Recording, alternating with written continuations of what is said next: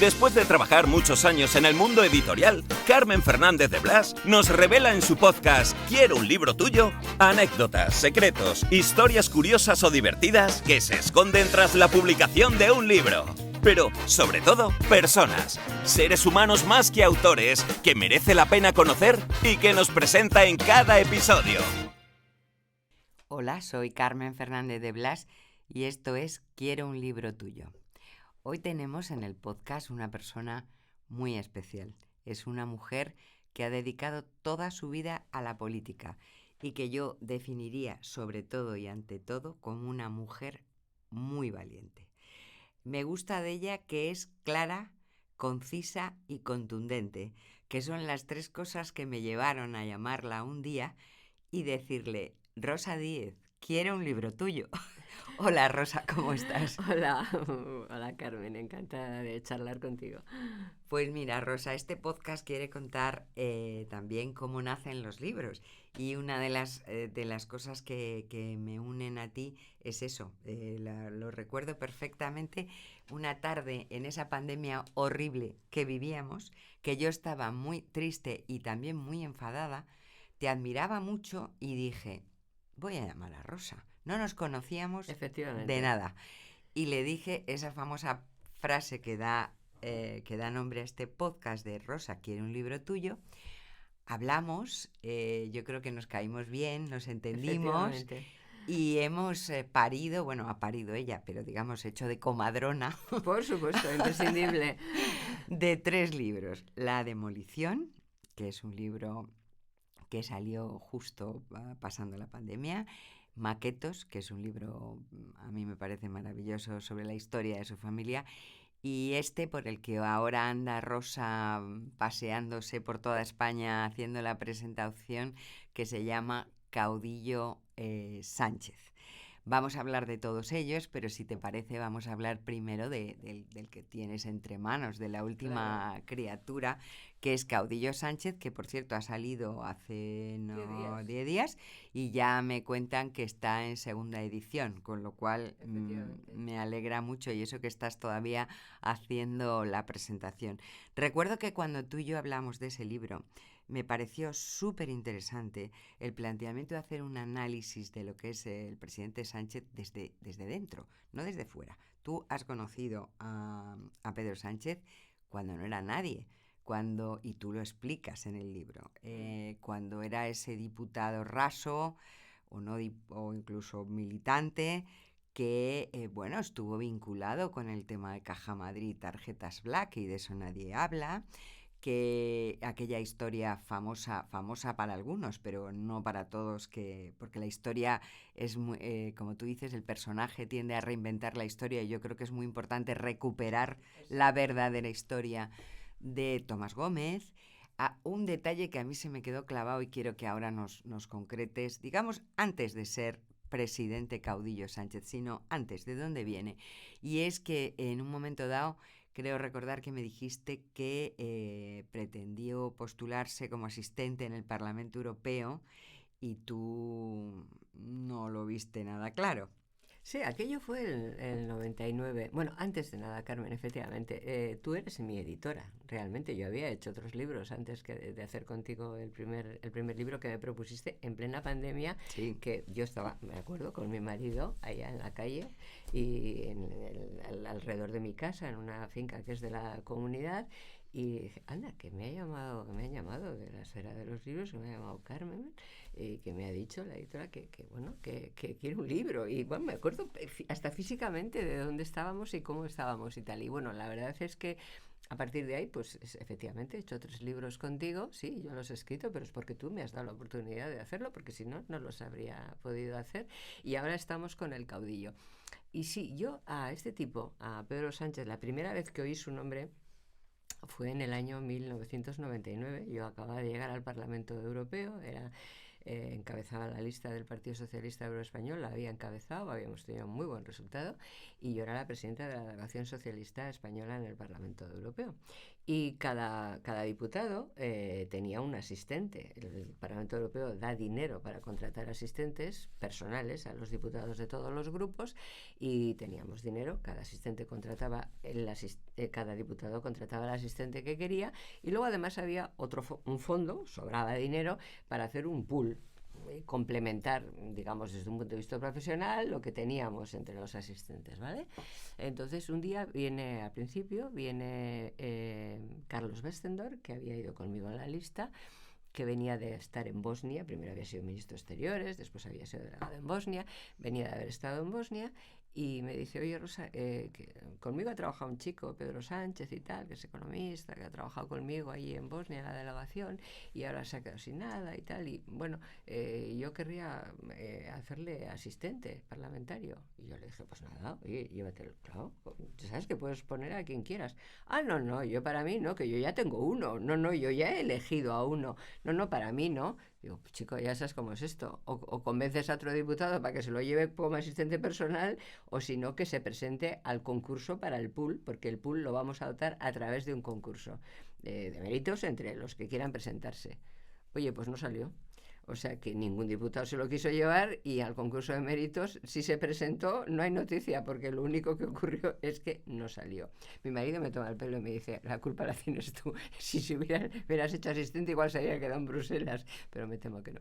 Yo creo que no, porque todo lo que cuentas en el libro y lo que retratas de su evolución, me parece que no hubiera sido eso suficiente, ¿eh? No, verás, es que este libro, como hablamos tú y yo cuando empezamos a diseñarlo, tiene la originalidad, por así decir, es que yo quería que presentara al personaje comprendiendo, entendiendo su personalidad.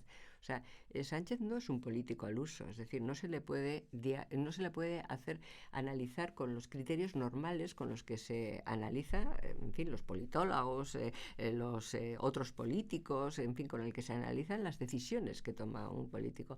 No, lo de este hombre es de diagnóstico, no es de análisis. Entonces, él tiene una pulsión derivada de su personalidad, definida en psicología como la tríada oscura, en la que coinciden la psicopatía, el narcisismo y el maquiavelismo. Eso está definido.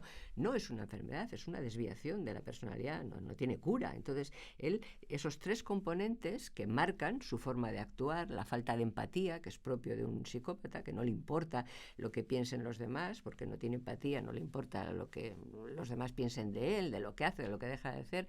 El narcisismo, que es un rasgo muy claro que se le ve en todas sus actuaciones, que es, en fin, una personalidad definida por alguien que se considera superior a los demás, que tiene un estatus superior y que merece, por tanto, un trato superior. De ahí lo de caudillo, lo de no tener que rendir cuentas, de no dar cuentas a nadie. Y el maquiavelismo, que es un rasgo que define a quien toma las decisiones pensando únicamente en su interés personal. Estos tres rasgos de su personalidad, que están perfectamente descritos, yo en el libro los voy detallando, poniéndolos en relación con cada una de sus decisiones, o con algunas de sus decisiones. Y dice: bueno, ¿esto por qué lo hace? Bueno, pues porque él se considera, en fin, es un rasgo propio de un Maquiavelo, propio de un tal.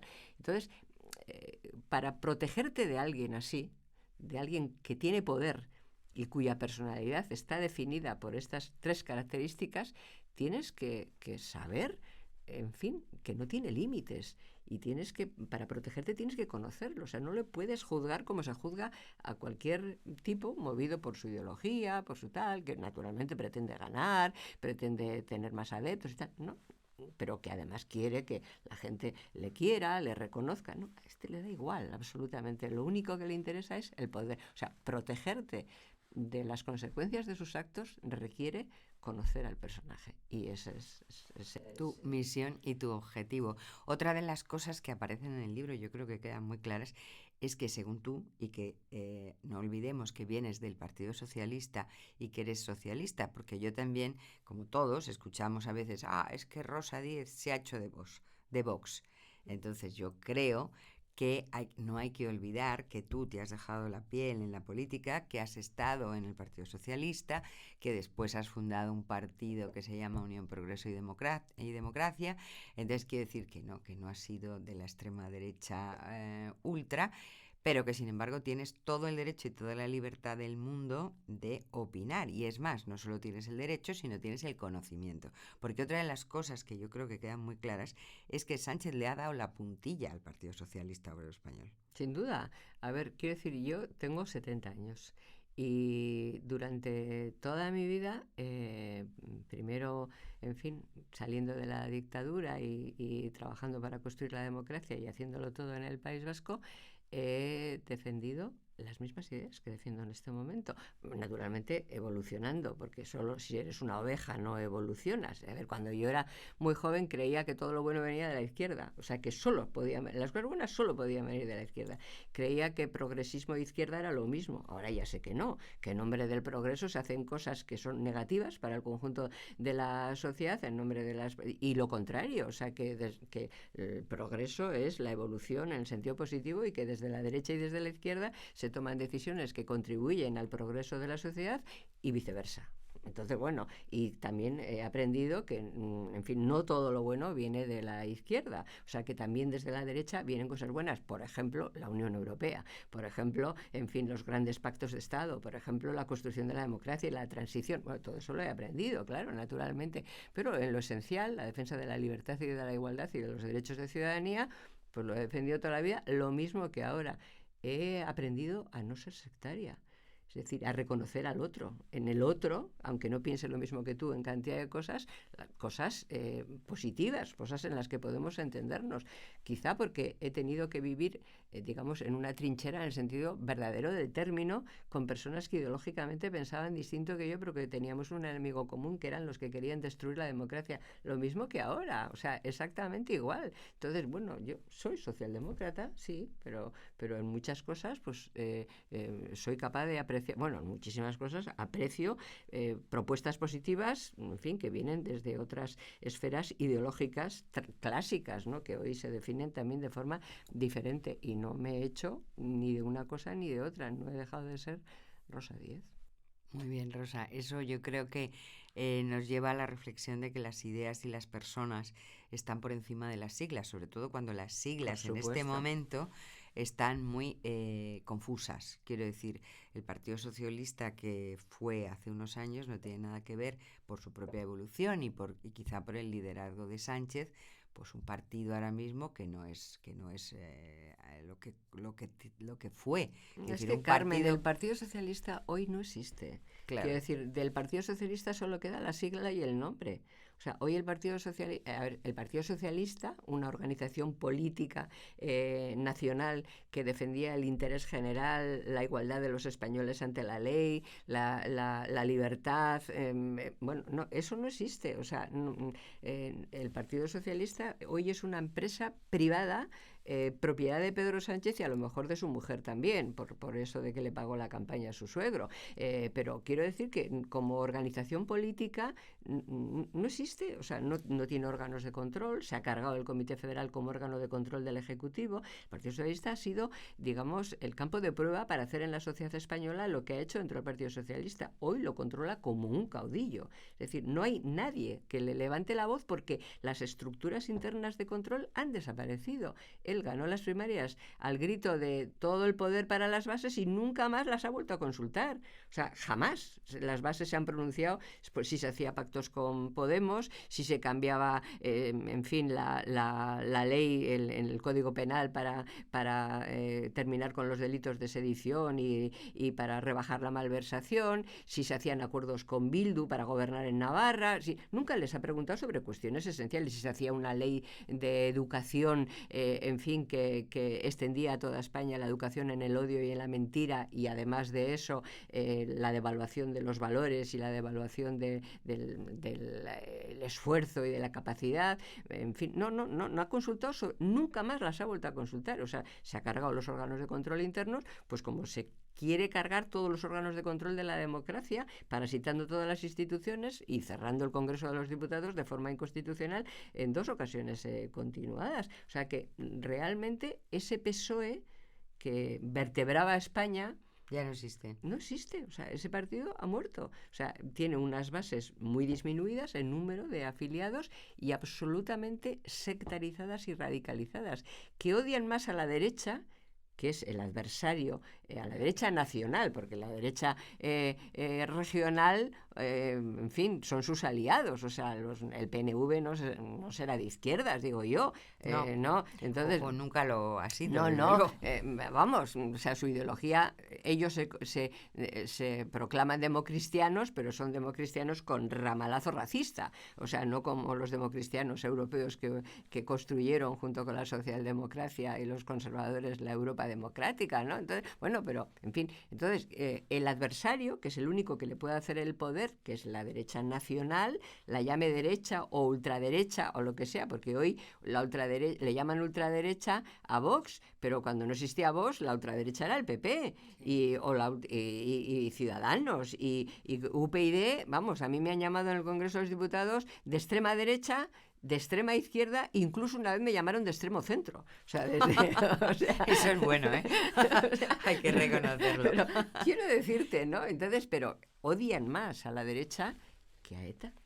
Es muy brutal, pero es así. No, es terrible. Imagino que para ti, bueno, y para mí, que no lo soy, pero tú, que eres vasca, yo he leído tu libro, que desde aquí aprovecho y recomiendo, Maquetos, es una historia clarificadora de lo que ha sucedido en el País Vasco, pero desde el punto de vista personal de tu familia, que me parece muy emotivo y muy ilustrativo de cómo... Sí, porque no es mi familia, sino miles y miles de familias de toda España que han sufrido eso mismo. En esa misma historia, pero que te da la visión de cómo se entiende ese tipo de nacionalismo y cómo se excluye a personas, incluso como tú, que a mí me impresionó muchísimo cuando tú cuentas en el libro que una señora te dijo algo así como: pero no se queje encima que les hemos aceptado o adoptado o algo así, ¿no? Claro, o sea, les dimos de comer. Les dimos de comer, claro. Dice,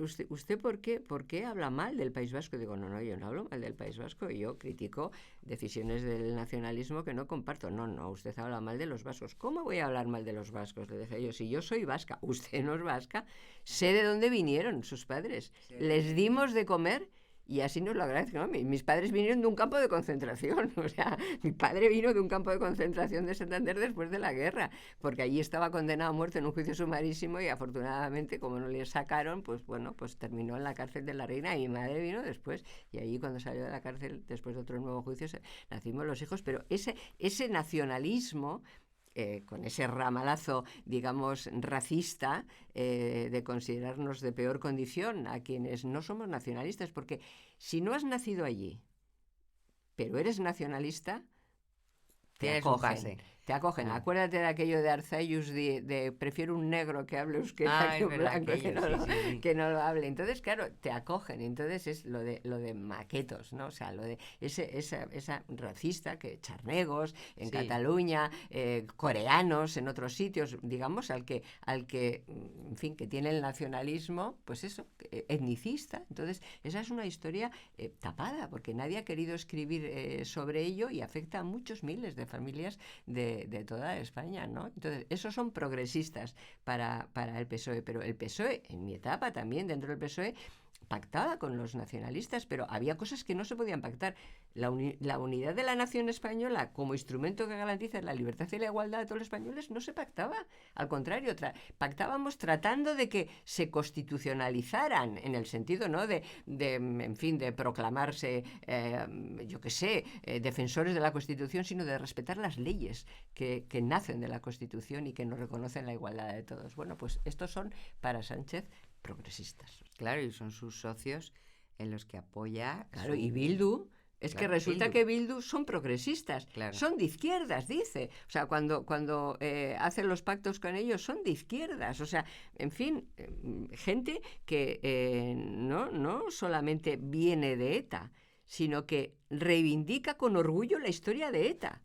De una organización terrorista que asesinó durante la vida de Franco a 47 personas y al resto, hasta 857, los asesinó durante y contra la democracia. Que esto también hay que recordárselo a la gente. Sí, porque parece, sobre todo a la gente más joven y que no lo ha vivido, que ETA era una cosa como antigua y como contra el franquismo. Contra el Y franquismo. no, la realidad es que ETA actuó 100%, bueno, salvo el principio muy 47 pequeño. asesinatos durante la vida de Franco. Al El final, resto, muy al final, los ¿no? últimos años, desde el 60.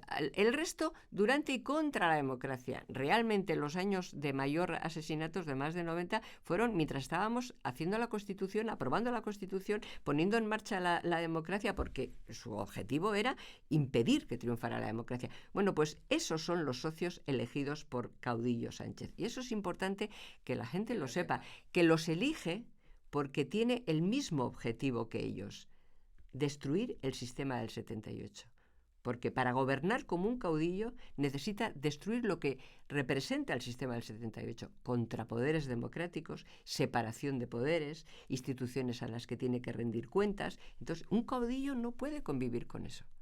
Y el PSOE, porque ETA, por ejemplo, actuó mucho también cuando gobernaba el PSOE. O sea, Claro. no solamente, quiere decir que no es que ETA matara cuando gobernaba UCD o cuando gobernaba el PP, sino que gobernaba el PSOE. Entonces, es cierto que esa confluencia que se ha dado entre un partido socialista, que yo creo que mucha gente lo mira incrédulo, porque como bien dices, no es el Partido Socialista, que funcionó cuando la transición, y esos socios llamados Bildu, llamados Esquerra, que bueno, es verdad que no han entrado en esa dinámica de asesinatos como ETA, pero que también están absolutamente contra lo que llaman ahora el espíritu del 78, y a eso le sumas Podemos. Entonces, frente a ese mix, ¿cómo salimos de esto, Rosa? Bueno, pues echándole de la Moncloa a Pedro Sánchez, que es el que ha hecho ese pacto antisistema democrático, ¿no? Entonces dices tú, asesinaban durante el PSOE. Claro, es que cuando el PSOE era es que el PSOE fue un partido que construyó junto con la derecha española la democracia.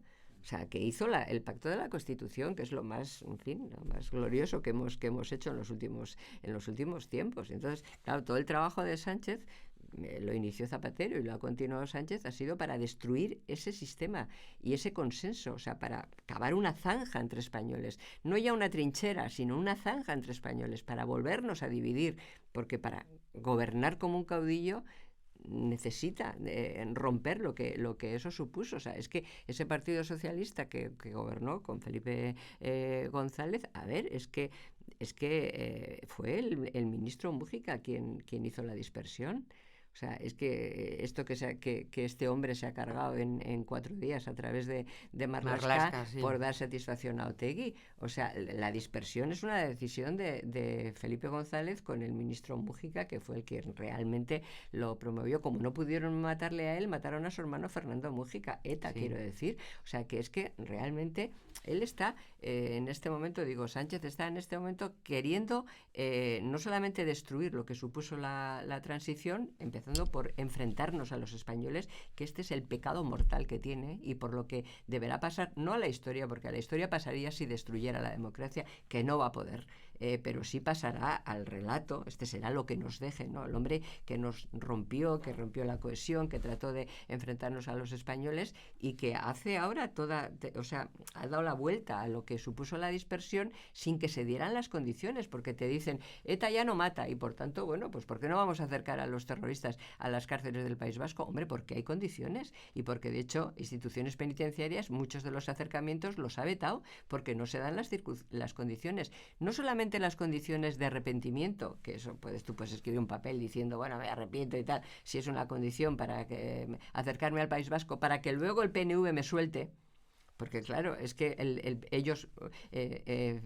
Sánchez los acerca y el PNV, que gobierna con el PSOE, los da a tercer grado, no los suelta directamente, pero ya los saca a la calle. Liberación. Bueno, con informe contrario de instituciones penitenciarias y con decisiones con decisiones que están llegando a la Audiencia Nacional y que las están revirtiendo. No, como digo, no solamente que no se han arrepentido, porque, a ver, no te puedes haber arrepentido aunque firmes un papel si luego te hacen homenajes y presumes de los asesinatos, sino que no han colaborado con la justicia, que es un requisito fundamental para cambiar de grado y para tener algún beneficio servicio penitenciario, no están colaborando con la justicia para que se esclarezcan los 372 crímenes de ETA que no han sido aún juzgados. Bueno, pues a esa gentuza está acercando Sánchez a través de Marlaska al País Vasco. ¿Para qué?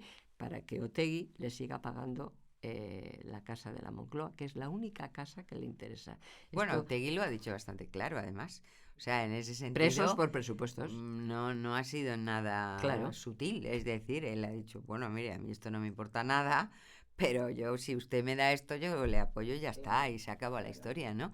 Claro, entonces, ante eso, ¿tú crees que la ciudadanía es consciente? O sea, yo te voy a decir, cuando hicimos ya la demolición, que creo que es algo que ha sido un poco premonitorio, me comentabas antes que ya se emplea mucho ese término, Sí, pero en ese libro lo que tú denuncias es cómo este régimen sanchista quiere acabar con la Constitución del 78 y entonces acabar con todo lo que eso significa.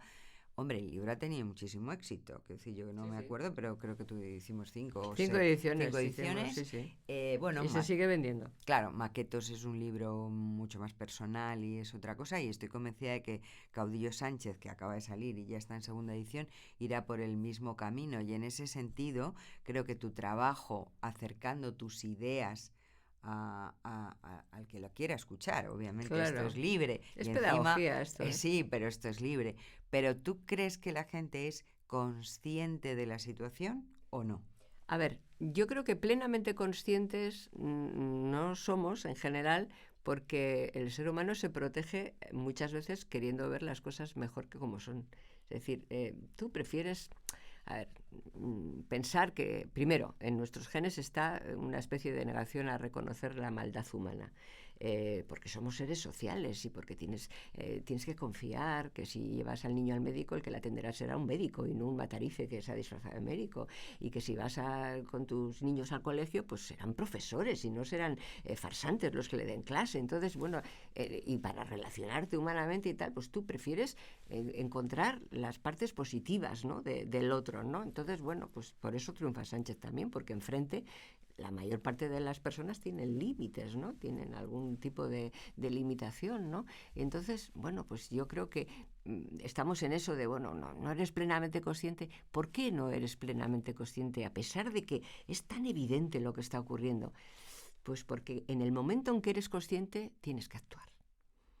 Y entonces, claro, para eso hay que reunir una especie de valor. O sea, tienes que actuar. En muchos casos tienes que reconocer que te has equivocado cuando los has apoyado. O sea, tienes que asumir tu error, tu responsabilidad. No solamente echarle la culpa al otro, sino tu responsabilidad. No haber querido verlo, no haber querido... Claro, eso pasa ahora mismo en el seno del Partido Socialista. Muchos socialistas te dicen, algunos te dicen, no, si efectivamente yo estoy en contra. Pero ¿por qué no haces algo? Además de íntimamente decir estoy en contra. Pues porque eso...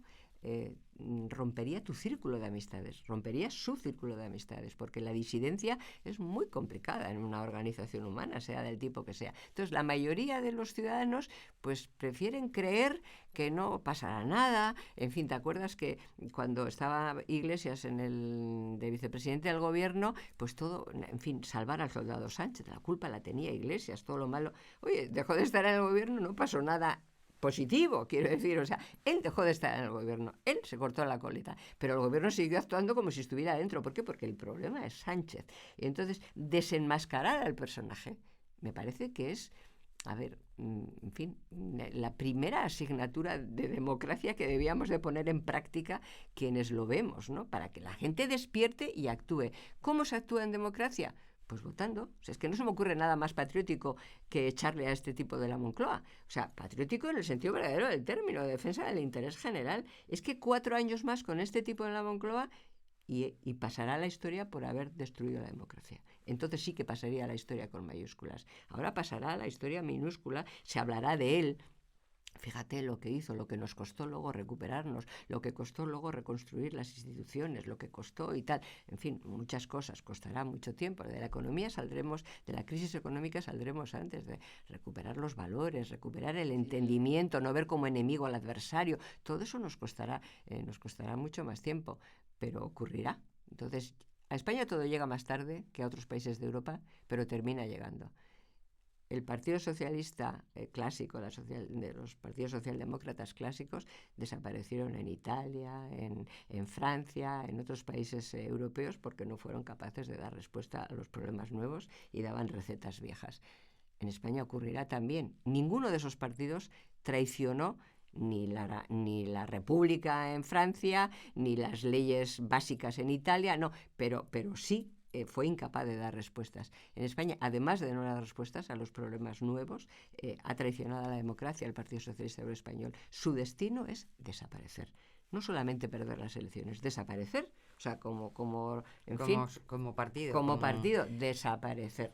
No sé si desaparecerá o no, pero realmente es lo que merece. Sí, lo que pasa, sin embargo, Rosa, yo sí que creo que este partido, Sánchez o sus asesores o lo que quieras, tienen una habilidad para la demagogia y para el populismo como yo no recuerdo.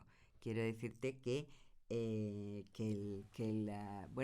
escuchas hablar a sus ministros y a él, y es todo como horroroso, ¿no? Te quiero decir, como horroroso para el que lo escucha, porque dice, pero si me está contando unas mentiras que no son normales. No es que tenga habilidad, es la habilidad del que no tiene escrúpulos, Carmen.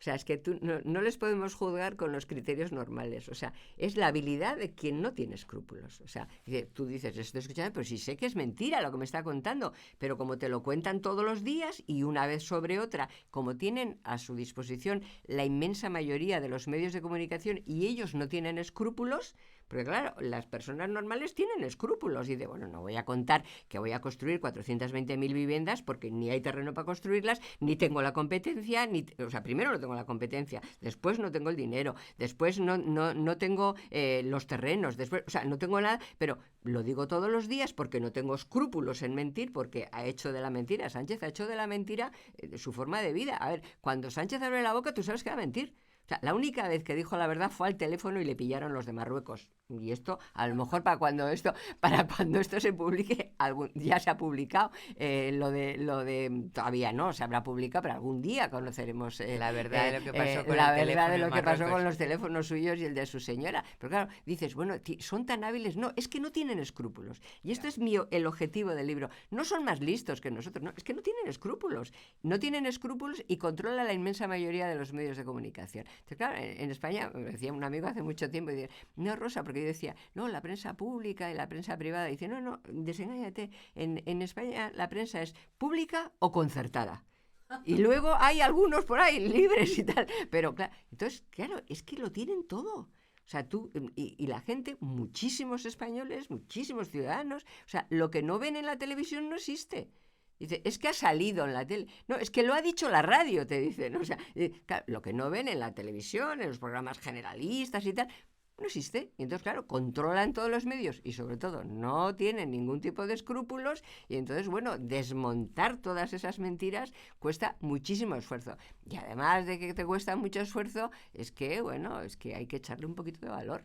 Hay que echarle mucho. Yo por eso te he definido al principio y sigo pensando que tú eres una mujer muy valiente y muy luchadora, porque es muy cansado. Entiendo que hay presiones, bueno, yo sí que conozco por otras personas que, bueno, tienen una cierta amenaza en las empresas, pues esto no se puede hacer, nos quedamos sin este dinero, tal.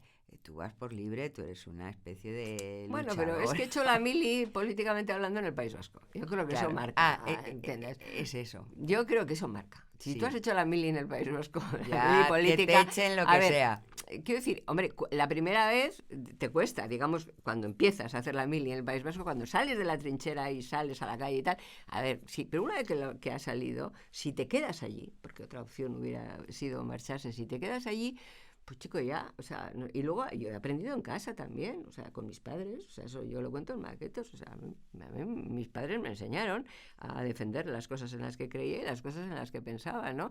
Y a no preocuparte, bueno, te preocupas, claro, sobre todo porque lo que tú haces tiene consecuencias en tu familia, o sea, que claro, que tus hijos pierden libertad precisamente porque su madre hace estas cosas, ¿no? Ahora ya son mayores, pero cuando eran más pequeños, o sea, son señalados, o sea, también se les señala en el colegio y en los sitios y encuentras un día una diana en la calle con el nombre de tu hija y esas cosas, en fin, ahí es donde realmente te quiebran un poco por dentro. Pero bueno, has vivido eso, has aprendido a defender las cosas en las que crees y las cosas en las que piensas. 25 años de tu vida eras mala española porque no eras franquista. Otros 25 años eras mala vasca porque no eras nacionalista. Y ahora estos tipos te van a decir que eres ultra, que anda que les den. O sea, a mí no sé cómo contarte. Me encanta, Rosa. La verdad es que aquella tarde que te llamé me ha dado una alegría enorme porque conocerte personalmente me anima muchísimo. Ya sabes que yo de vez en cuando te llamaba, hablábamos. Sí.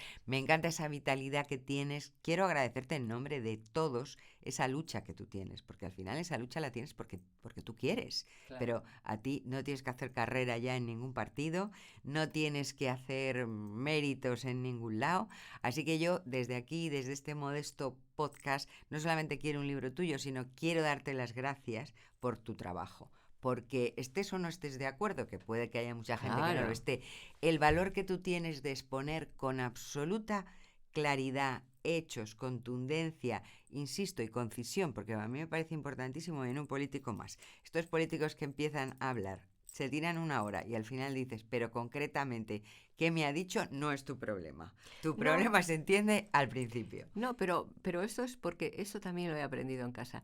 Cuando no se podía hablar en la calle de las cosas que se hablaban en casa, aprendes a darle valor a la palabra. Y las palabras son instrumentos no para esconderte detrás de ellos, sino para decir lo que piensas. Entonces, claro, hay muchos políticos, muchas personas que no lo son también, que se esconden detrás de las palabras para que las palabras puedan ser interpretadas de una manera o de otra. Yo aprendí en casa que las palabras son precisamente para retratarte. Y entonces que no las tienes que utilizar. Por eso dicen, oiga, qué bien la entiendo. O sea, es una de las cosas que a mí en política me decían más veces, oiga, es que me encanta usted porque la entiendo todo. Y dices, bueno, pues parece que eso no tendría que ser un mérito en política, ¿no? Que te entendieran todo, pero claro, cuando te entienden te retratas. O sea, y claro, y yo siempre he querido retratarme. La verdad es esa, ¿no? Que he querido retratarme porque pues, que si no, no tiene sentido, ¿no? Dedicarte a esto, ¿no? Y yo me retrato en los libros, pues también gracias a personas como tú, que confiaron en mí en un determinado momento y que me permitieron escribir. Pues gracias Rosa otra vez y te deseo muchos éxitos, mucha lucha y sobre todo que sigamos departiendo todas las veces que tú quieras. Claro que sí, muchas gracias. Gracias. Si te ha gustado este podcast y quieres más información, síguenos en nuestras redes sociales @somospodland o en nuestra web podland.com. Quiero un libro tuyo es una producción de Podland. Dirección y guión, Carmen Fernández de Blas. Producción ejecutiva, Hernán Zin. Dirección de producción, Ainhoa Martín. Locutado por Fernando Simón. Diseño de sonido, Alberto Cerro. Diseño gráfico, Julia Cernuda. Edición de vídeo, Lorena Gracia. Dirección comercial, Alberto Rojas. Producción Wowland, Fernando Pastini. Redes sociales, Sergio Corredor. No olvides darle al botón seguir para enterarte de nuevos episodios. Podland, la revolución del podcast. Una empresa del grupo Wowland.